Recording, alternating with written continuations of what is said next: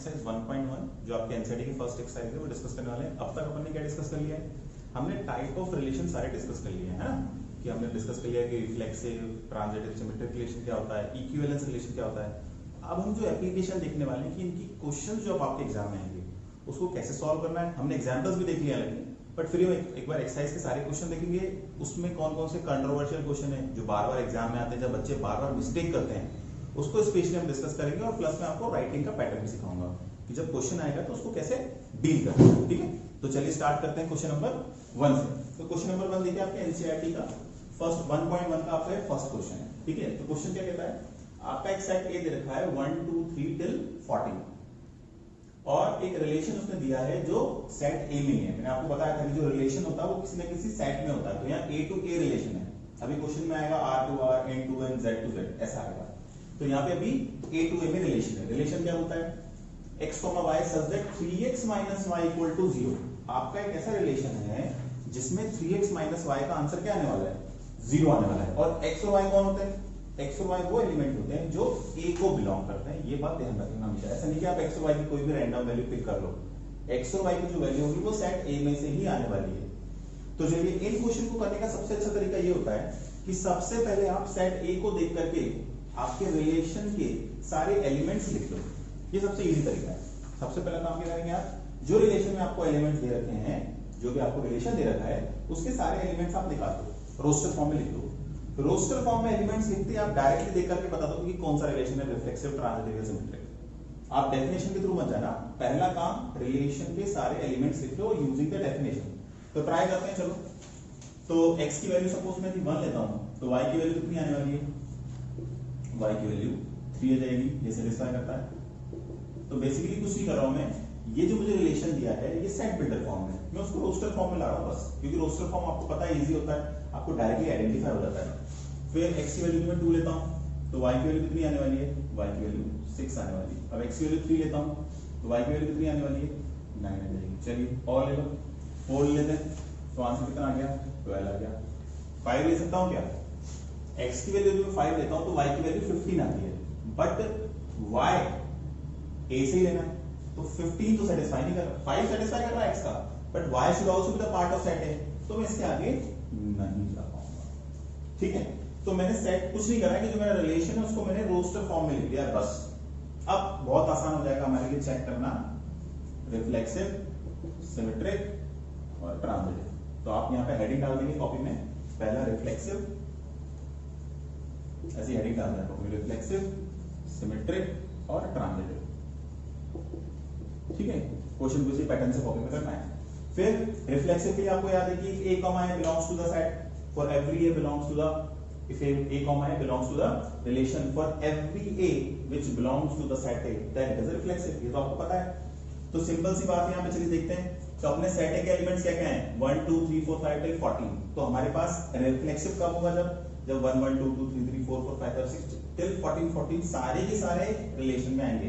But ऐसे आ रहा है क्या? नहीं आ रहा है। तो आपको सारे नहीं लिखना है, आप बस यहाँ लिख दीजिए since 1 1 2 2 and so on are not in relation. या तो इंग्लिश में लिख दो या फिर लिख दो कि they do not belongs to R, ऐसे भी लिख सकते हो। या तो लिख दो they are not in a relation और they do not belongs to R, hence not reflexive. Simple सा छोटा सा क्वेश्चन हो गया, ये रिफ्लेक्सिव खत्म हो गया।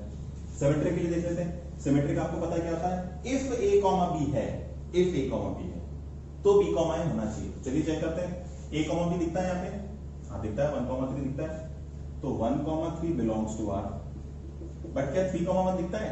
नहीं दिखता है। 3 9 दिखता है, but 3 1 does not belongs to r, hence not symmetric। हो गया, सिंपल सा।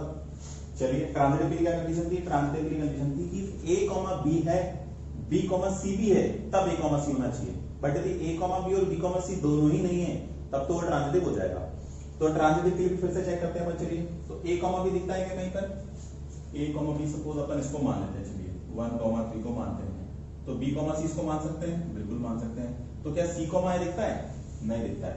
तो हम सिंपल सा वही लिख देंगे कि 1 3 एंड 3 9 ये दोनों तो सेट के पार्ट हैं, बट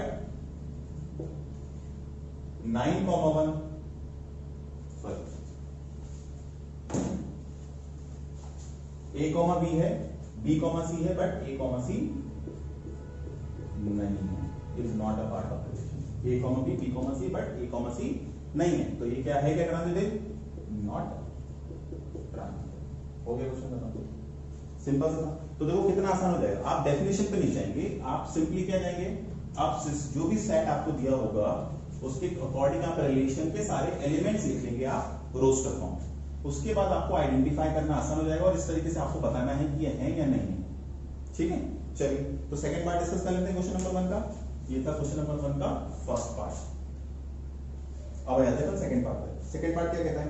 सेकंड पार्ट में एक छोटी सी डेफिनेशन दी हुई है, इसको देख लेते हैं।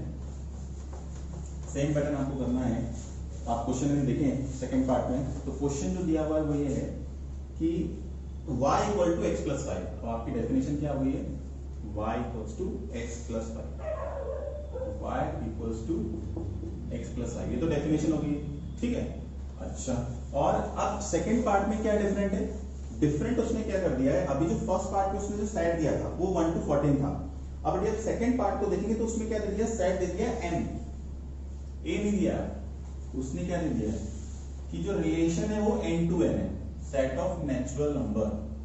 रिलेशन किसमें है? Set of natural number. इसका क्या मतलब है कि आपका n to n रिलेशन है। n to n रिलेशन का मतलब यहाँ पे क्या हो गया? n to n का मतलब हो गया कि 1 to till infinity, 1 to till infinity, 1 2 3 4 5 6 7 8 till 9। सो ये इंफिनिटी तक आपके जो नंबर्स है उनका उन्हीं के साथ रिलेशन है। अभी तक आपके पास क्या लिमिटेड क्वांटिटी थी, अब लिमिटेड क्वांटिटी नहीं है, यहाँ पे सेट है में बहुत सारे एलिमेंट आ रहे हैं।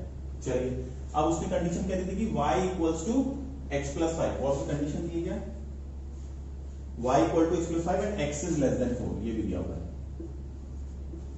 x इज लेस देन 4, ये तो आपकी कंडीशन आ गई। चलिए, तो फिर वही करेंगे अपन काम। मैंने आपको क्या बताया था, जब भी आपको डेफिनेशन दी तो सबसे पहला काम आपको सेट को, जो रिलेशन दिया है सेट के थ्रू उसको आपको रोस्टर फॉर्म करना है। तो चलिए नंबर्स लेते हैं। अब x इज लेस देन 4 है, x इज लेस देन 4 मतलब मैं x की क्या क्या वैल्यू ले सकता हूं?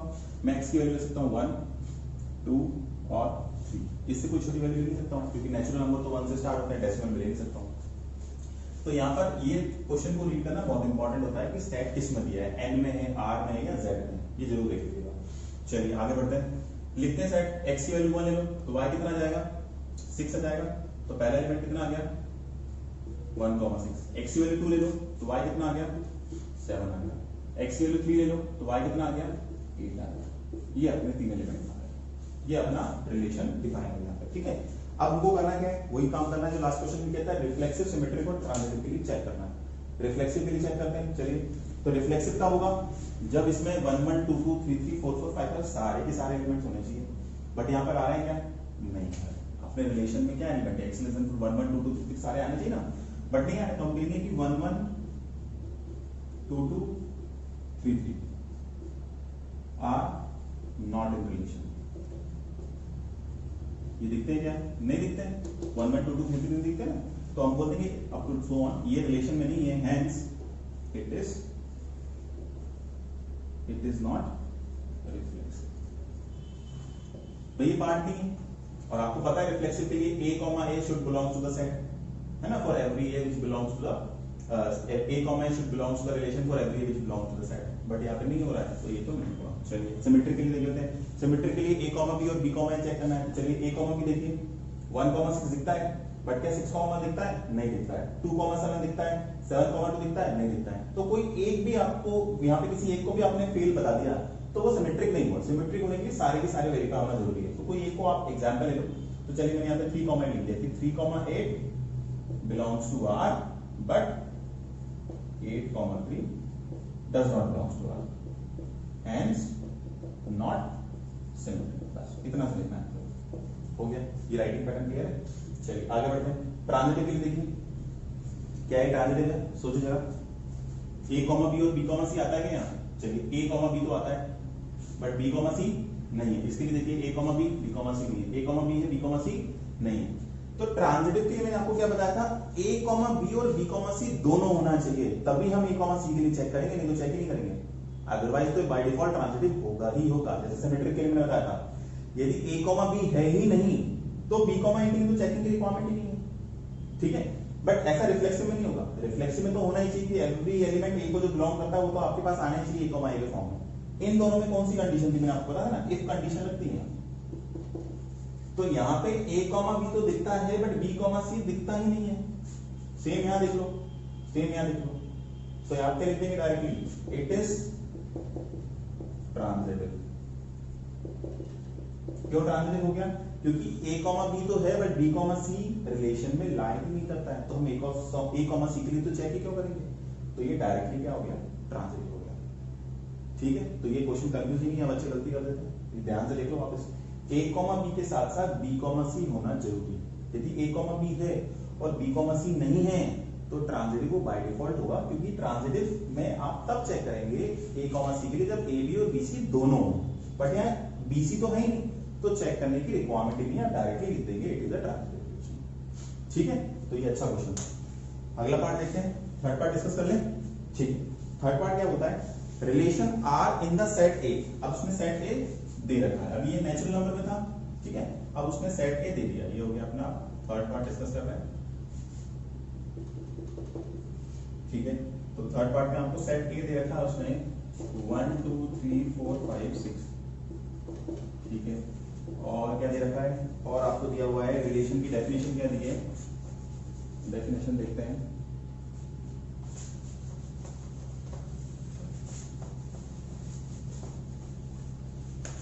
डेफिनेशन देखते हैं। डेफिनेशन कहती है कि y is divisible by x, y is divisible by x, ठीक है।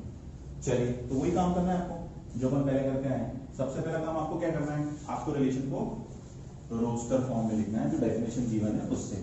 तो जरा दिमाग लगाओ फटाफट और देखो कि इसको रोस्टर फॉर्म में अपन डेफिनेशन से कैसे लिख पाएंगे। तो y is divisible by x, तो आपको ऐसे एलिमेंट सोचने हैं वो दूसरे एलिमेंट से जो डिवाइड हो जाए, है ना। तो चलिए ट्राई कर लेते हैं, रिलेशन को लिख के देखते हैं। तो r इक्वल्स टू, सोचिए फटाफट। तो पहले तो 1 से देख लेते हैं, अपन 1 से ट्राई करते हैं, है ना। y is divisible by x, तो मैं x की वैल्यू 1 लेता हूं, तो 1 तो सबको ही डिवाइड कर देगा। तो आपके पास एलिमेंट क्या आने वाले हैं? 1, 1, 1, 2, 1, 3, 1, 4, 1, 5, 1, 6। ये तो वेरीफाई कर रहे हैं, क्योंकि if x इज 1 तो 1 तो सबको डिवाइड करता है। फिर आप x की वैल्यू 2 लेते हैं, तो 2 से कौन डिविजिबल है? 2 से 4 और 2 से 6 डिविजिबल है, तो दूसरे एलिमेंट आएंगे आपके पास 2, 4 और 2, 6। फिर 3 ले लो, तो 3 से कौन डिविजिबल है? Only 6 is divisible. इसके बाद कौन आएगा? 2 से 2 4 6 आ गए, 3 से 3 और 6 आ गए, 4 से कौन आएगा? 4 इटसेल्फ आएगा, 5 से कौन आएगा? 5 इटसेल्फ आएगा, 6 से कौन आएगा? 6 इटसेल्फ आएगा। तो ये तो आपके पास आपके रिलेशन जो नंबर्स हैं जो रोस्टर फॉर्म के वो आने वाले हैं। तो सबसे पहला काम तो आपको रोस्टर फॉर्म में सारे नंबर लिखना है, हमेशा ध्यान रखना। तो चलिए लिखते हैं, लिखिए 1 1 1 2 1 3 1 4 1 5 1 6, क्योंकि सारे 1 से तो डिविजिबल होने ही होने। फिर हर नंबर खुद से तो डिविजिबल होता ही होता है, ये तो आपको पता ही है। 2 2 2 4 2 6 ये भी आ गए। 3 से चालू करो तो 3 3 3 6 आ गया। 4 से चालू करें तो 4 से 4 ही होगा। फिर 5 से चालू करें तो 5 से 5 ही होगा। 6 से करें तो 6 से 6 ही होगा। और कोई एलिमेंट दिखता है क्या? और कोई नजर में, मेरे नजर में तो नहीं आ रहा है, ठीक है। तो ये तो हमने सबसे पहले क्या कर लिया, जो रिलेशन दिया था डेफिनेशन से आपने उसको रोस्टर फॉर्म में कन्वर्ट कर दिया। क्वेश्चन क्या कहता है देखते हैं। Relation in this as x x y divisible, हमको चेक करना वापस भी कि ये रिफ्लेक्सिव सिमेट्रिक और ट्रांजिटिव है या नहीं है। तो वापस वही काम करते हैं, चलिए चेक करते हैं। रिफ्लेक्सिव के लिए, रिफ्लेक्सिव के लिए देखिए आपके पास 1 1 है, हां है। क्या 2 2 है? क्या 3 3 है? यस। 4 4 बिल्कुल ठीक है। 5 5 बिल्कुल ठीक है। 6 6 बिल्कुल ठीक है।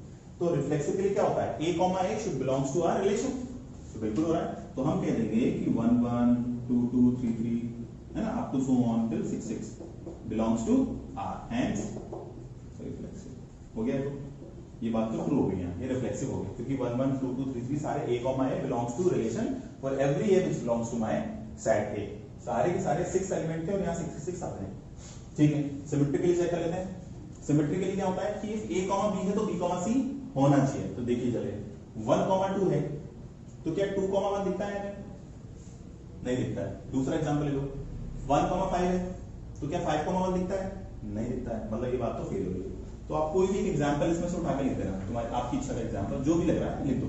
तो लिख दो चलो 1,5 belongs to R but 5,1 does not belongs to R, hence it is not symmetric. बस इसमें एक एग्जांपल बताना होता है, क्योंकि एक के लिए भी फेलियर हो गया तो सबके लिए फेलियर ही होगा। ठीक है, बस एक फेलियर बताना होगा तो सिमेट्रिक नहीं होगा। ठीक है, ट्रांजिटिव के लिए देख लेते हैं। तो ट्रांजिटिव के लिए आपको क्या करना है, a, b ढूंढना है और फिर b, c भी ढूंढना है। तो ढूंढिए, बहुत सारे मिलेंगे इसमें से, ढूंढो। तो a, b जैसे मैंने देख लिया 1,2, b, c देख लिया मैंने 2,4, फिर c, क्या होगा 4,2। वो दिखता है कि नहीं दिखता? देखिए मैंने ये पिक करा, ये पिक करा, a b b c, तो क्या a c दिखता है मेरे पास? a to c 1 to 4 दिखता है क्या? नहीं दिखता है। 4 4 दिख रहा है ना, बट 1 4 कहां दिखता है? नहीं दिखता है। तो अपन बोल देंगे कि 1,4 is a part of relation, फिर 2,4 is also the part, sorry not 2 4, इसको 4 को लेना पड़ेगा। नहीं, दूसरा एग्जांपल लो, 4 से तो 4 पे आ रहे हैं, अपन एग्जांपल ले लेते हैं 1 2 2 6, हाँ ये लेते हैं 1 2 लेते हैं, a, b, 2 से मैं लेता हूँ 6 लेता हूँ, a, b, c, बट 1,4 तो लाइक करता है, ये तो फॉलो कर रहा है। तो पहले एक बार देखते हैं फॉलो कैसे हो रहा है। 1,2 तो फॉलो करता है, a, b is a part of set, b, c is a part of set and a, c is also the part of set। तो बट एक एलिमेंट के एक कोई रिलेशन के सेटिस्फाई होने से जरूरी नहीं कि ट्रांजिटिव हो गया। अब यहां बच्चे गलती करते हैं, देखो उन्होंने बोला सर 1,2 है, ठीक है भैया, b, c भी है सर, बिल्कुल ठीक है, पर a, c भी दिखता है, तो सर ये तो ट्रांजिटिव हो गया। बट ये ट्रू नहीं है। आपको इस केस में जब भी ट्रांजिटिव का आप चेक करेंगे तो आपको ये देखना पड़ेगा कि ट्रांजिटिव में क्या सारे के सारे ट्रांजिटिव को फॉलो कर रहे हैं, नहीं कर रहे हैं। ऐसा हो सकता है कि कई और भी ऐसे एलिमेंट्स हों जो ट्रांजिटिव को फॉलो नहीं करते हैं। ट्रांजिटिव तभी होगा जब सारे के सारे ट्रांजिटिव को फॉलो करेंगे। तो 2-3 एग्जांपल आपको ढूंढना होगा। तो जब भी कोई रिलेशन आप ट्रांजिटिव बताने जा रहे हो तो सारे केसेस ध्यान से चेक कर लेना। एक केस को मिलने के बाद डायरेक्ट नहीं बोल देना सर तो ट्रांजिटिव हो गया। फेलियर के लिए तो एक ही केस काफी है, बट वेरीफाई करने के लिए तो सारे चेक करना पड़ेगा। एक केस और ढूंढता हूं मैं, चलिए मैं देखता हूं 1 3 वाला केस लेता हूं, ये लिखता हूं 1 3 आ गया, 1 6 आ गया, a, b, b, c ये आ गया। तो क्या c, a है? बिल्कुल, चलो ये भी वेरीफाई हो गया। और ढूंढते हैं 2 से चालू करते हैं और ढूंढते हैं a, b 1, 2 1, 5 5, 5 ये भी वेरीफाई कर रहा है। एक दो ढूंढ लेते हैं, कोई किसी चीज के लिए फेलियर हो गया। यदि एक के लिए भी फेलियर हो गया तो फिर वो ट्रांजिटिव नहीं कहलाएगा, है ना। तो ये आपको ढूंढना बहुत जरूरी है। तो 1 का केस तो लेता हूँ कि a, c तो सारे लाइन करते हैं। मैं चालू करता हूँ 2 से, तो 2,4 है, 4,4 है और 2,4 भी लाइन करता है, ठीक है। और कोई सा केस दिखता है जिसमें नहीं आ रहा है? a, b, b, c नहीं है, b, c नहीं है, तो देन इट इज ट्रांजिटिव, क्योंकि सारे के सारे केस फॉलो कर रहे हैं। ठीक है, इसका आंसर भी चेक कर लेते हैं एक बार, नहीं तो हम इसको एक बार और चेक करेंगे कि कहीं ट्रांजिटिव नहीं तो आ रहा है। थर्ड पार्ट,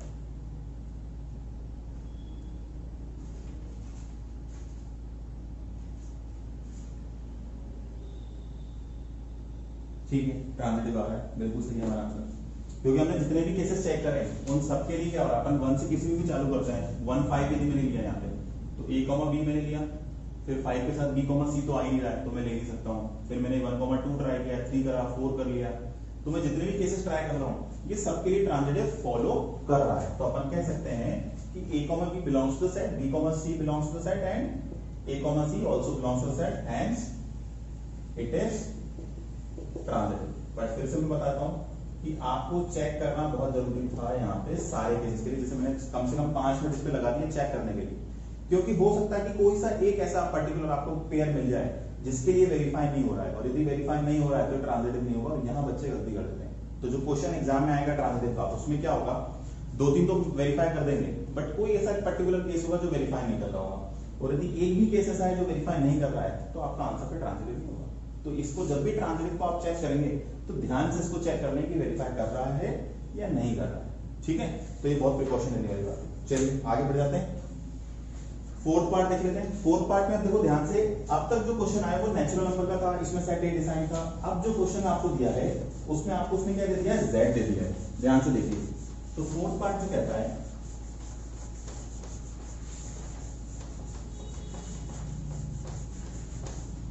फोर्थ पार्ट में जो आपको बोला है वो ये बोला है, relation R in the set Z of all the integer defined by x minus y as an integer. ये इजी पार्ट है, इस टाइप का हमने कोई एग्जांपल भी देख लिया था। x माइनस y आपको क्या आना चाहिए, इंटीजर आना चाहिए। चलिए, तो इंटीजर आने के लिए और उसने क्या दिया है, सेट किसमें है आपके पास, सेट जो है वो z में दे रखा है ना। ठीक है, तो सेट आपका किसमें है, z में है। पहली बात तो z टू z का अपन को रिलेशन देखना है। रिलेशन लिखता हूं मैं यहाँ पे, r equals to such that x minus y is an integer। ठीक है, चलिए इसको आगे करते हैं। अब हमको वही चेक करना है, रिफ्लेक्सिव, सिमेट्रिक और ट्रांजिटिव। रिफ्लेक्सिव, सिमेट्रिक और ट्रांजिटिव। ये थोड़ा क्वेश्चन अलग है। क्यों अलग है इसका रीजन मैं तुम्हें बताता हूं। अब तक जो आपके पास क्वेश्चन आए थे, जो हमने फर्स्ट को लेके थर्ड पार्ट डिस्कस किया था, उन सब में क्या था, उन समय आपको क्या था, जो क्वेश्चन दिया था उसमें जो सेट के एलिमेंट्स थे वो लिमिटेड हो गए थे, और लिमिटेशन होने से क्या हो गया था, आपको जो रिलेशन है आपके लिए बहुत आसान हो गया था रिलेशन को रोस्टर फॉर्म में लिखना। बट अब आप इस क्वेश्चन को ध्यान से देखेंगे तो इसमें आप क्वेश्चन को रोस्टर फॉर्म में नहीं लिख सकते। क्यों नहीं लिख सकते, क्योंकि आपके पास जो z है वो इंटीजर है, और यदि आप z क्रॉस z लिखोगे तो z क्रॉस z में तो इनफाइनाइट एलिमेंट्स आने वाले हैं, और ऑब्वियस सी बात है x माइनस का इंटीजर आने ही आना है, तो आप बहुत सारे ऐसे इंटीजर लिख पाओगे। तो एक रिलेशन को तो कंडीशन वेरीफाई कर रही है और बहुत सारे आने वाले हैं। तो अब इस केस, ऐसे केसेस में अपन रोस्टर फॉर्म में नहीं लिखेंगे। तो जब अपन रोस्टर फॉर्म में नहीं लिख पा रहे हैं तब उन क्वेश्चन को कैसे डील करना है, तो यहाँ पे अपन को वेरिएबल की टर्म में सॉल्व करके दिखाना होगा। बात समझिए क्वेश्चन क्यों डिफरेंट है, क्योंकि मैं रोस्टर फॉर्म में इसको नहीं लिख पा रहा हूँ क्योंकि इनफाइनाइट एलिमेंट्स, तो ऑब्वियस सी बात है रोस्टर फॉर्म में नहीं लिख पाऊंगा। अब मैं क्या करने वाला हूँ वो देखिए। तो पहले तो मैं रिफ्लेक्सिव के लिए जाता हूं। तो रिफ्लेक्सिव में आपको पता है क्या करना होता है, रिफ्लेक्सिव में आपको बताना होता है कि a, रिलेशन का पार्ट है या नहीं है। तो चलिए डेफिनेशन पे जाते हैं। a, रिलेशन का पार्ट कब होगा, जब a माइनस a एक इंटीजर होगा। सीधी सी बात है। तो चलिए अपन चेक करते हैं कि a माइनस a का आंसर क्या आने वाला है। तो मैं कहता हूं a minus a equals to 0 where a belongs to z। मैंने कोई a ले लिया इंटीजर टाइप का, और a माइनस a का आंसर क्या आ गया, 0। Hence a, a belongs to relation R। क्यों, क्योंकि a माइनस a का जो आंसर आ गया वो 0 क्या होता है, इंटीजर होता है। मतलब ये होगा कि a माइनस a 0 आने से, 0 इंटीजर टाइप है, तो a, a मेरे रिलेशन का पार्ट हो गया। यदि मैं कोई भी इंटीजर टाइप की वैल्यू लेता हूं a की, और उसको इटसेल्फ से यदि सबट्रैक्ट करूंगा तो ऑब्वियस सी बात है आपका 0 आंसर आने वाला है, और 0 तो इंटीजर होता है। मतलब कि सारी वैल्यूज इंटीजर टाइप की इसको वेरीफाई करने वाली है इटसेल्फ के इक्वल जोड़। तो a, इसको वेरीफाई कर रहा है, hence we can say so it is reflexive. तो इस केसेस, इन टाइप के जो केसेस होते हैं इसमें आपको जो वेरिएबल, जो मैंने पैटर्न लिया है आपको इस वेरिएबल पैटर्न से सॉल्व करना है। ठीक है, सिमेट्रिक का केस लेते हैं। तो सिमेट्रिक में आपको नंबर्स तो नहीं है, तो आपको a, b लेना होगा। तो चलिए ट्राई करते हैं। मैं लेता हूं let a, b belongs to z। Integer type के नंबर ले लिए, और मैं कहता हूं कि a minus b is an, पहले तो बता देता हूं कि a, b is belongs to r, क्योंकि इसमें इफ कंडीशन होती है ना। तो इसमें पहले हमको क्या बताना होता है कि हम मान लेते हैं कि a, b पार्ट है, और फिर हमको बताना है कि b, पार्ट है या नहीं है। तो पहले मैंने बता दिया है कि a, b जो है वो रिलेशन का पार्ट है। ठीक है, a, b यदि रिलेशन का पार्ट है, इसका क्या मतलब है कि a माइनस b जो होगा वो क्या होगा, एक इंटीजर टाइप का नंबर होगा। a माइनस b क्या होगा, एग्जैक्ट होगा। अब मुझे बताना है कि b minus a integer type है या नहीं। तो चलिए चेक करते हैं। तो b माइनस a का आंसर क्या आ जाएगा, माइनस z आ जाएगा, ऑब्वियस सी बात है। और माइनस z आपको पता है ये भी इंटीजर टाइप ही होगा। भाई इंटीजर में -1 का इंटू कर दोगे, वो इंटीजर ही तो रहने वाला है। तो मैं कह सकता हूं hence b, a belongs to r। सही बात है भाई, a, b यदि r रिलेशन को बिलोंग करता है, दैट मींस कि a माइनस b का जो आंसर आने वाला है वो इंटीजर टाइप का आने वाला है एज पर द डेफिनेशन। यदि a माइनस b इंटीजर है तो मैंने चेक करा कि b माइनस a इंटीजर है या नहीं है। तो b minus a minus z आया, माइनस जेड भी आपको पता है कि इंटीजर ही होने वाला है, क्योंकि इंटीजर में माइनस का इंटू करोगे तो वो भी इंटीजर ही होगा। That means b comma a also belongs to R, hence it is symmetrical। तो यहाँ पे मैंने क्या ले लिया, a comma b ले लिया। सेम टू सेम मैं यहाँ करूंगा, क्या करूंगा, क्योंकि हमको ट्रांसलेट करना है वेरिएबल टाइप है, तो मैं a b b c और a c के लिए करूंगा। चलिए ट्राई करते हैं। पहले मैंने ले लिया कि late a b and c belongs to z, ये तीनों इंटीजर टाइप के मेरे नंबर है, ठीक है। चलिए ट्राई करते हैं। और मैंने क्या बोल दिया कि a माइनस b ये एक इंटीजर टाइप है z, और b माइनस c मैंने बोल दिया, इसको मानता हूं इंटीजर, तो मैं इसको बोलता हूं k, है ना, where k also is an integer. इसको मैं कोई नंबर देता हूं, चलो इसको m दे देता हूं, इसको z k देता हूं, where k belongs to z and m also belongs to z। ये दोनों इंटीजर टाइप का, ऑब्वियस बात है, दो इंटीजर को सबट्रैक्ट करके मुझे इंटीजर टाइप का आंसर लेना है एज पर द डेफिनेशन। तो मैंने क्या बोला है कि a comma b belongs to R, also b comma c belongs to R, ये मैंने पहले डिसाइड कर दिया था। तो यदि a comma b R को रिलेशन को बिलोंग करता है तो उनका सबट्रैक्शन एक इंटीजर टाइप का आंसर आएगा, b comma c यदि R को बिलोंग करता है तो उनका सबट्रैक्शन भी इंटीजर टाइप का आंसर आएगा। अब मुझे जो वेरीफाई करना है वो करना है कि क्या a comma c रिलेशन को वेरीफाई करता है नहीं करता है। तो a comma c रिलेशन को कब वेरीफाई करेगा, जब a माइनस c एक इंटीजर टाइप का आंसर आएगा, ठीक है। तो चलिए a माइनस c चेक करते हैं।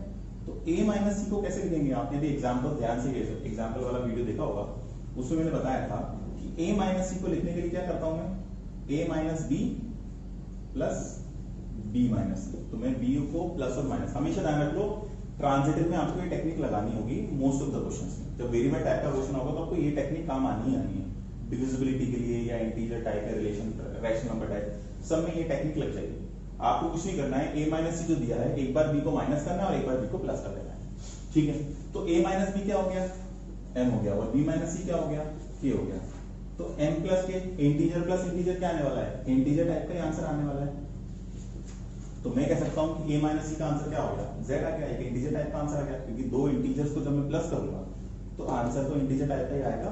That means a comma c belongs to R, hence it is transitive. ये हो गया क्वेश्चन। तो ये थोड़ा अलग टाइप का क्वेश्चन था क्योंकि इसमें वेरिएबल इन्वॉल्व है। अब तक जो क्वेश्चन देखे थे उसमें सारे नंबर्स थे। तो ये वाला पार्ट फिर से देख लो आप कि जब आपको ट्रांजिटिव प्रूफ करना होगा तो आपको पहले क्या बताना होगा कि जो नंबर्स हैं मैंने a b रिलेशन को सेटिस्फाई करते हैं, ठीक है। b comma c also belongs to R, a b और c मैंने क्या इंटीजर टाइप के नंबर ले लिए हैं। तो a माइनस b एक इंटीजर होगा, b माइनस c भी इंटीजर होगा एज पर द डेफिनेशन, ठीक है। फिर a माइनस c को मैं अपन को वेरीफाई करना है कि a और c वेरीफाई करना है मेरी रिलेशन को। तो उसके लिए मैंने क्या करा, a माइनस c की वैल्यू निकालनी। a माइनस c को निकालने के लिए मैंने क्या बताया था आपको कि माइनस b और प्लस b आपको करना होता है। a माइनस b की वैल्यू पुट कर दी है और b माइनस c की वैल्यू पुट कर दी मैंने k। अब आपको पता है कि दो इंटीजर टाइप के नंबर्स को जब आप ऐड करोगे तो आंसर तो आपका इंटीजर टाइप के आने वाला है। तो इसका मतलब a माइनस c की इंटीजर आ गया और a माइनस c की इंटीजर आ गया, तो a comma c आपके रिलेशन को वेरीफाई कर रहा है, मतलब वो बिलोंग करता है। ये ट्रांजिटिव हो गया, क्लियर है। इसको अच्छे से नोट डाउन कर लो, ये बहुत इंपॉर्टेंट क्वेश्चन है ना, ठीक है। अब इसके बाद तो सारे ओरल क्वेश्चन इनको तो हम फटाफट ओरली डिस्कस कर लेंगे। जो फिफ्थ में सारे पार्ट आपको दिए हैं ये ओरली डिस्कस करना है, ये फटाफट हो जाएगा। ये थ्योरेटिकल है बट हाँ इसमें एक पार्ट जो मोस्ट इंपॉर्टेंट है वो है fifth part of sixth part, वो बहुत इंपॉर्टेंट पार्ट है। वहां थोड़ी सी कंट्रोवर्सी क्रिएट हो गई, देखिए है, क्योंकि जो पुरानी बुक्स थी आपके एनसीईआरटी की यदि आपके पास होगी तो आप देखेंगे इसका आंसर पुरानी बुक्स में गलत दिया। यदि किसी के पास पुरानी बुक हो तो उसके आंसर को बेटा अपडेट कर लेना नई बुक के अकॉर्डिंग, ठीक है। ये थोड़ी सी एनसीईआरटी में पहले गलती थी, अब जो न्यू बुक्स आ गई हैं उसमें अपडेट कर दिए गए। मैं बात कर रहा हूँ फिफ्थ क्वेश्चन के डी पार्ट की। ये एनसीईआरटी की जो ओल्ड बुक्स हैं उसमें गड़बड़ दे रखी है इसमें, ठीक है। चलिए आगे बढ़ते हैं, देखते हैं। क्वेश्चन कहता है फिफ्थ पार्ट, आपके पास बुक होगी, क्वेश्चन आप देख लें स्क्रीन पे। फिफ्थ पार्ट का जो ए है, जो फिफ्थ पार्ट है उसका मैं ए डिस्कस करता हूं, ठीक है। क्वेश्चन आपकी बुक्स में देखें, क्वेश्चन बोला है x, y where r is the set of in the set of human beings। जो रिलेशन है वो ह्यूमन बीइंग में सेट है, मतलब human being to human being आपको सेट बनाना है, ठीक है। और x and y work at the same place. Relation क्या दिया है, x, y such that x and y work at the same place। इसको थोड़ा सा फास्ट कर लेंगे क्योंकि क्वेश्चन आसान है, इसमें ज्यादा अपन टाइम वेस्ट नहीं करने वाले हैं। ठीक है, चलो फटाफट देखते हैं। तो इसमें सबसे पहले अपन क्या चेक करेंगे, रिफ्लेक्सिव, सिमेट्रिक और ट्रांजिटिव चेक करेंगे। तो चलिए रिफ्लेक्सिव को चेक करते हैं। रिफ्लेक्सिव के लिए आप क्या बोलेंगे कि x, x हमको चेक करना है कि बिलोंग करता है नहीं करता है। तो मैं लेता हूं कोई रैंडम एलिमेंट a लेता हूं। तो a और a ऑब्वियस सी बात है हमेशा सेम प्लेस पे ही वर्क करेंगे, कोई डाउट ही नहीं। एक पर्सन जिस काम प्लेस पे काम कर रहा है वो पर्सन तो सेम प्लेस पे काम करेगा। तो बहुत ही सिंपल सी बात होगी। तो आप सिंपल लिख देंगे कि a, belongs to R as A will always work with at the same place where the A is working। तो ये तो रिफ्लेक्सिव हो गया। तो रिफ्लेक्सिव के लिए तो ये ट्रू हो गया।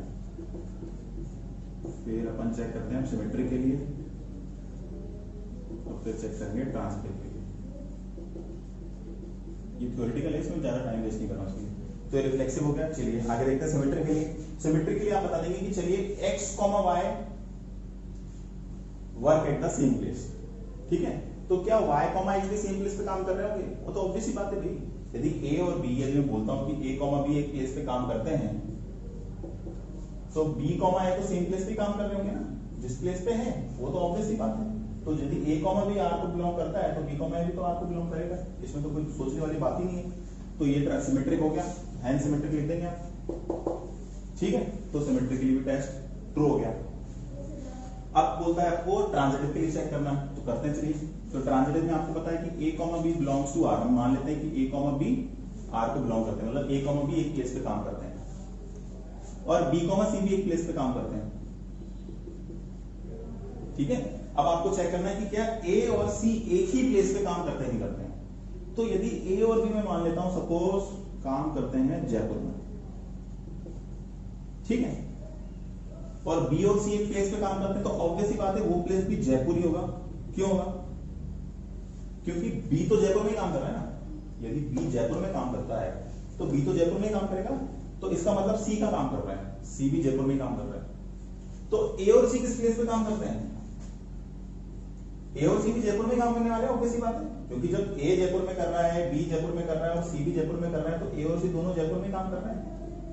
तो इसका मतलब hence A, C also belongs to R। इसका मतलब क्या हो गया? ये ट्रांजिटिव हो गया कि A, B सेट का पार्ट था, B, C था, और A, C भी सेट का पार्ट है, मतलब ये ट्रांजिटिव हो गया। सिंपल था। ठीक है, फटाफट आगे बढ़े, सेकंड पार्ट डिस्कस करते हैं। सेकंड पार्ट कहता है कि x and y live in the same locality. इस क्वेश्चन को बदल नहीं रहा हूं, सेम की सेम है भाई, सेम एरिया और सेम लोकेलिटी, कोई डिफरेंस नहीं है।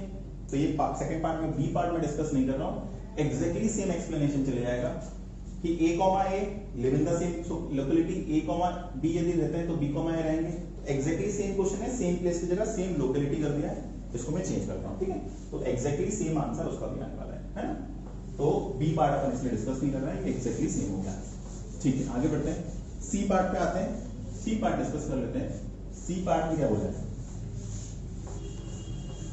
सी पार्ट कहता है कि x is exactly 7 centimetre taller than y। इसको थोड़ा डिस्कस करेंगे, इसमें हो सकता है थोड़ा सा अपना राइटिंग पर पोर्शन भी आ जाए, इसको अपन डिस्कस कर लेते हैं। तो चलिए देखते हैं क्या होता है। x is exactly 7 centimetre taller, x is 7 centimetre taller than y। तो x जो है 7 सेंटीमीटर y से बड़ा है। ये कौन सा पार्ट है अपना? फिफ्थ का सी पार्ट है। चलिए इसको देखते हैं। तो आप बताइए कि ये रिफ्लेक्सिव होगा या नहीं होगा? मुझे डायरेक्टली दिखता है रिफ्लेक्सिव नहीं है। क्यों नहीं है? क्योंकि a, रिलेशन को वेरीफाई नहीं करेगा। क्यों नहीं करेगा? क्योंकि रिलेशन क्या कहता है? x को y से 7 सेंटीमीटर बड़ा होना चाहिए। तो मैं यदि a लेता हूं, रिफ्लेक्सिव है ना, तो a, does not belongs to R। क्यों नहीं बिलोंग कर रहा है? क्योंकि a से 7 सेंटीमीटर बड़ा हो नहीं सकता, a तो a के बराबर है। तो that's why a, does not belongs to R for every a which belongs to my set। तो that's why it is not reflexive. तो ये तो रिफ्लेक्सिव नहीं। सेकंड पार्ट देखते हैं। सेकंड पार्ट देख लेते हैं अपन, सिमेट्रिक है ना। सिमेट्रिक देख लेते हैं। चलिए, तो सिमेट्रिक क्या होता है कि यदि a, b बिलोंग करता है तो b, a बिलोंग करना चाहिए। तो चलिए चेक करते हैं। तो मैं मान लेता हूं कि a is 7 centimetre taller than, मान लिया मैंने। दैट मींस क्या है कि a, b जो है मेरे रिलेशन का पार्ट है। ए कॉमा बी रिलेशन का पार्ट कब होगा, जब ए जो है वो 7 सेंटीमीटर बड़ा होगा बी से। इस और ए और बी किसके पार्ट है, ए और B belongs to A set. Set A कौन है, ह्यूमन बीइंग का सेट है, ठीक है। चलिए तो अब आप मुझे ये बताओ कि यदि ए बी से 7 सेंटीमीटर बड़ा है, इसको एक्सप्रेशन मैथमेटिकली लिखें तो क्या होगा, यही होगा। तो क्या मैं कह सकता हूं कि b जो है वो a + 7 है, कह सकता हूं क्या बताओ, सोचो, नहीं कह सकता, ऑब्वियस सी बात है, क्योंकि a बड़ा है ना, तो a जब b + 7 है तो b a + 7 तो हो ही नहीं सकता, मतलब ये बात तो गड़बड़ हो गई, ये बात तो गड़बड़ हो गई। तो क्या कहेंगे, हम ये कहेंगे कि b, a b - a is not equals to 7, ये भी कह सकते हैं। और b - a यदि 7 नहीं है तो मैं कह सकता हूं कि b, a रिलेशन का पार्ट नहीं है, b, a रिलेशन का पार्ट नहीं है। a, b तो है, क्योंकि a = b + 7 है, मैं कह सकता हूं a - b = 7, ये भी कह सकता हूं।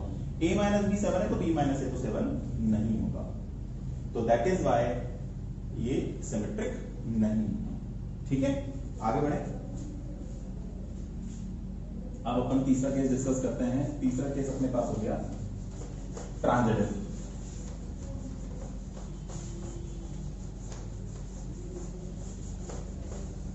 चलिए ट्रांजिटिव पे आते हैं। तो ट्रांजिटिव के लिए आप फिर से ओरली पहले सोच लो जरा कि a और b की हाइट का डिफरेंस 7 है और b और c की हाइट का डिफरेंस 7 है, तो क्या a और c की हाइट का डिफरेंस 7 हो सकता है? पहले तो प्रैक्टिकली 2 मिनट फटाफट सोच लो, फिर मैं लिख के बता दूं। ट्रांजिटिव तो मैं कहता हूं कि a, b belongs to r, है ना, और b, c भी r को बिलोंग करते हैं। ये तो मैं मान लेता हूं, क्योंकि मैंने आपको बताया था ट्रांजिटिव के लिए 2 केस तो आपको कंसीडर करने हैं, a, c के लिए चेक करना है। तो a, बिलोंग्स टू r, इसका क्या मतलब है, इसका क्या मतलब है, ये मतलब है अब वो चाहता है आपसे a - c की वैल्यू, तो क्या a - c की वैल्यू 7 आने वाली है? बताओ, यदि a - c 7 आ गया तो बात सही है। कैसे करेंगे, ट्राई करते हैं। यहां से a की वैल्यू निकालो, कितनी आ गई, 7 + b, और यहां से c की वैल्यू निकालो, कितनी आ गई, b - 7, तो आंसर कितना आ गया, 2b आ गया। तो ट्रू नहीं हो रहा है। एक बार और चेक कर लेते हैं। a - b 7 है, तो a की वैल्यू आ गई 7 + b, अच्छा ये माइनस भी तो है ना, तो ये आ जाएगा 14 आ जाएगा, ठीक, ये 49 है। मतलब ऑब्वियसली बात है कि a और c की हाइट का डिफरेंस तो 14 आना है भाई, दो लोगों के बीच की हाइट का गैप 7 है, फिर 2 का 7 है, तो 7 और 7 का गैप टोटल 14 हो जाएगा, तो अपना आंसर तो 14 आ गया। तो मतलब a और c की हाइट का डिफरेंस कितना है, 14 है। बट यदि आप क्वेश्चन देखोगे तो उसने क्या बोला है, x is 7 centimetre taller than y, exactly लिखा था यहाँ लीस्ट नहीं लिखा था कि एटलीस्ट 7 सेंटीमीटर टॉलर नहीं लिखा था, यहाँ लिखा था उसने एग्जैक्टली 7 सेंटीमीटर टॉलर, मतलब कि 7 सेंटीमीटर ही होना चाहिए, 8 नहीं होना चाहिए, 9 नहीं होना चाहिए, तो 14 भी नहीं चलेगा। तो इसके बाद आप लिखेंगे कि a, c does not belongs to r। क्यों नहीं करता बिलोंग्स टू r? क्योंकि a और c में जो डिफरेंस आ रहा है तो 14 का आ रहा है ना, that's why it is not. तो ये आपके 3 पार्ट तो डिस्कस हो गए क्वेश्चन नंबर 5। अब जो सबसे इंपॉर्टेंट पार्ट आ गया है वो आ गया है 4th पार्ट, ये है सबसे इंपॉर्टेंट। यहाँ बहुत सारे बच्चे गलती करते हैं, है ना। तो आप पहले तो मैंने आपको फिर से बता रहा हूँ कि बुक में इस क्वेश्चन का ओल्ड बुक्स में आंसर गलत है, उसको पहले सही कर लेना। ऐसा नहीं कि मेरा वीडियो देख करके बोले सब तो गलत पढ़ा है, बुक में आंसर तो दूसरा दिया है, तो बेटा आपकी बुक ओल्ड हो सकती है, उसको सही कर लें, पहला काम तो ये कर लें, है ना, क्योंकि ओल्ड बुक्स में आंसर अलग है, न्यू बुक्स में इसका आंसर अपडेट हो गया डिस्कशन के बाद, ठीक है। चलिए चेक करते हैं। क्वेश्चन कहता है x is y for y, x is y of y, ये अपना रिलेशन दिया हुआ है।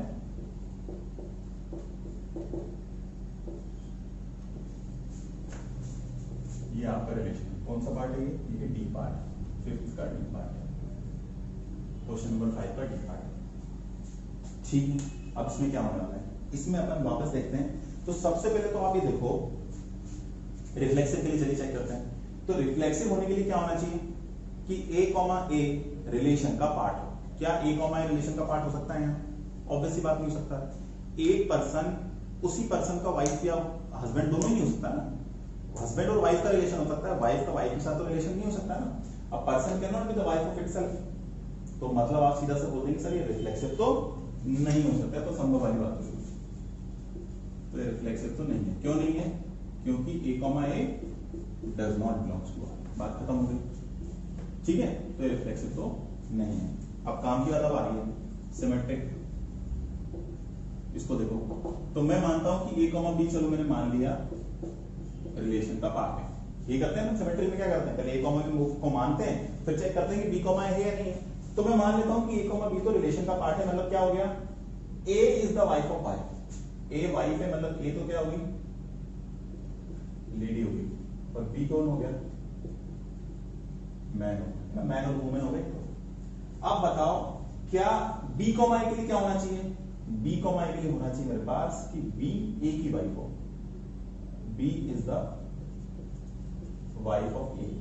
यदि ये कंडीशन आती है तो काम बन जाएगा। बट अब ऑब्वियस ही बात है, b तो वाइफ बन नहीं सकती भाई, b का जेंडर तो मैन है ना, या जेंडर चेंज हो गया, तो मतलब ये तो बात गलत है, हो नहीं सकता।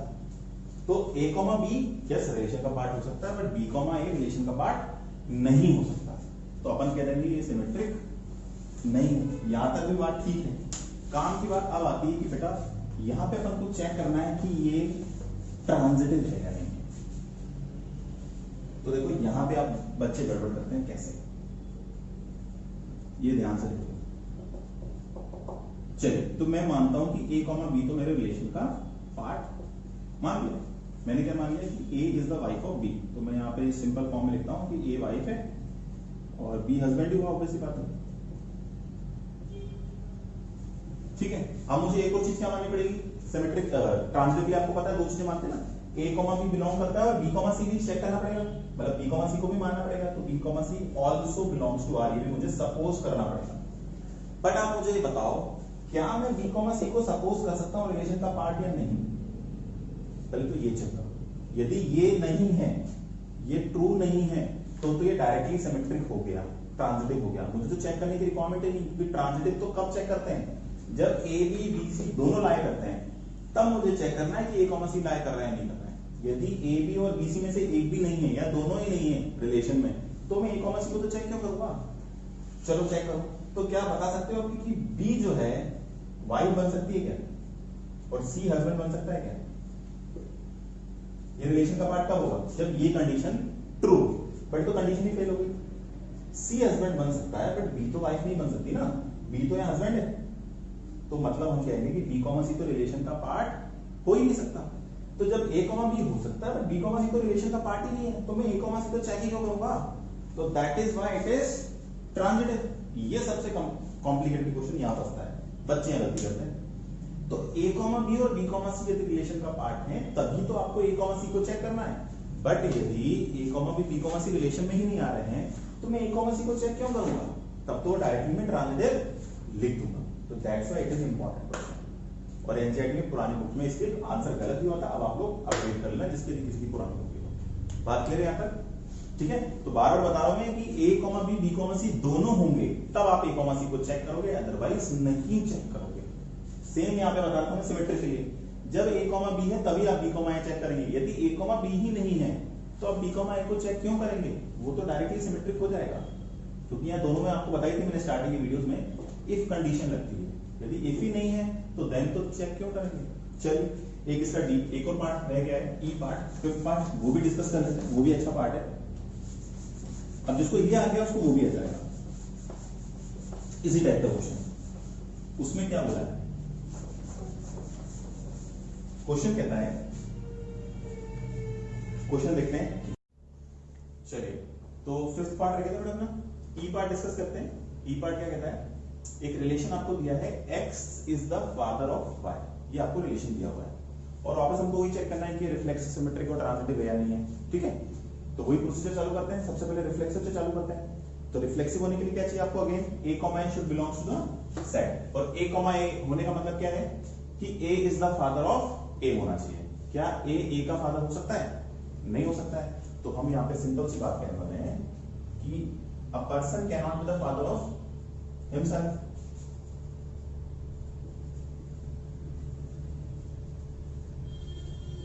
सीधी सी बात है भाई, कोई किसी का खुद का होने वाला है। तो इसका मतलब हम कह सकते हैं कि a, does not belongs to. सीधी सी बात है कि ए कॉमा ए हमारे रिलेशन को बिलोंग नहीं कर रहा है, तो यदि ए कॉमा ए रिलेशन को बिलोंग नहीं कर रहा है तो आपको पता है कि रिलेशन जो होगा वो रिफ्लेक्सिव नहीं होगा। चलिए दूसरी पार्ट पे आते हैं, सिमेट्रिक। सिमेट्रिक की कंडीशन क्या आप लोगों को पता है कि सिमेट्रिक की कंडीशन होती है कि if A comma belongs to the set then B comma A should also belong. तो पहले हमको यहाँ पे सपोज करना पड़ता है, आपको पता है।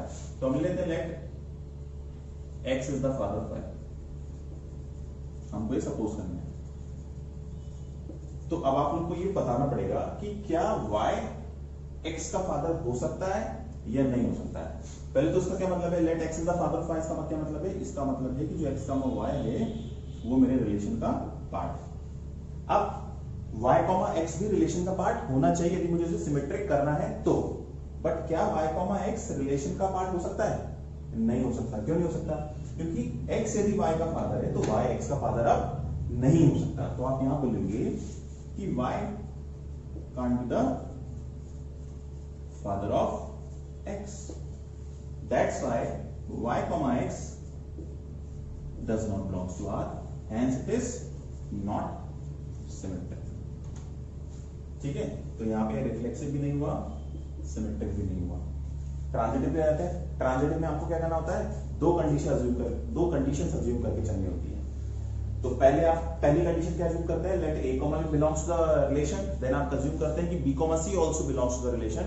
और यदि दोनों कंडीशन अपन भी चल जाती है तो अपन चेक करते हैं कि ए कॉमा सी बिलोंग कर रही है या नहीं कर रही है। बट अपने इसके जस्ट ई के पहले अपन एक पार्ट किया था, उसमें मैंने आपको स्पेशली बताया था कि यदि ए कॉमा बी रिलेशन को बिलोंग करता है but B comma C relation को बिलोंग नहीं करता है, ए कॉमा बी तो करता है बट बी कॉमा सी नहीं करता है, उस केस में क्या करना होता है, उस केस में जो रिलेशन है वो ट्रांजिटिव ऑटोमेटिकली हो जाता है।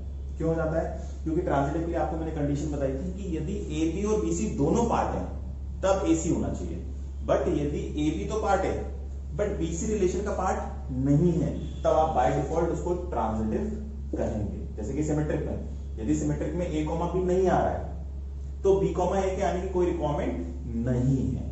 तो ये दोनों में बेटा इफ कंडीशन लगती है तो ध्यान से देखना है। तो इस कंडीशन इस क्वेश्चन में भी वही होने वाला है, देखते हैं। तो मैं सपोज कर लेता हूं कि x कॉमा y जो है वो रिलेशन का पार्ट है। इसका मतलब क्या है, इसका मतलब है कि x is father of y। इसका क्या मतलब है कि x जो है वो y का फादर है, x is the father of y। अब मैं आपसे पूछता हूं क्या y किसी का फादर हो सकता है या नहीं हो सकता है। पहले तो ये थोड़ा सा सोचना पड़ेगा। जैसे लास्ट क्वेश्चन में तो फॉल्स हो गई थी कंडीशन, याद हो आपको यदि, तो यहाँ पे आपको देखना है कि x तो y का फादर है, क्या y किसी का फादर हो सकता है, ऑब्वियस सी बात है हो सकता है। तो मैं कहता हूं कि let y comma z also belongs to the R, मतलब कि y is the father of z। ठीक है साहब, ये तो हमने सपोज कर लिए हैं, लेट कर लिए हैं। अब इसको ट्रांजिटिव होने के लिए क्या जरूरी है, ट्रांजिटिव होने के लिए जरूरी है कि x z also belongs to the R। अब आप बताइए x z रिलेशन को कब बिलोंग करेगा, ये बिलोंग करेगा जब x जो है वो z का फादर होगा। बताइए, अब इस रिलेशन से आप चेक करें, बताएं क्या x z का फादर हो सकता है, नहीं हो सकता है, क्योंकि x तो y का फादर है और y z का फादर है। तो ये तो दादा वाला रिलेशन आ गया ना, फादर वाला रिलेशन नहीं आया। तो हम यहाँ क्या कहेंगे कि x z does not belongs to R, hence it is not transitive। तो ये यहाँ पे इंपॉर्टेंट है कि यदि ये दो कंडीशन आपकी बिलोंग करती हैं और थर्ड नहीं करती है तब आपको बताना है कि वो ट्रांजिटिव है या नहीं है। इन केस फर्स्ट कंडीशन करती है, सेकंड कंडीशन बिलोंग नहीं करती है, तब ये डायरेक्टली ट्रांजिटिव हो जाएगा। क्लियर हो गई बात। नमस्ते प्यारे विद्यार्थियों, पहल का है यही प्रयास, अच्छी शिक्षा पहुंचे हर घर हर द्वार।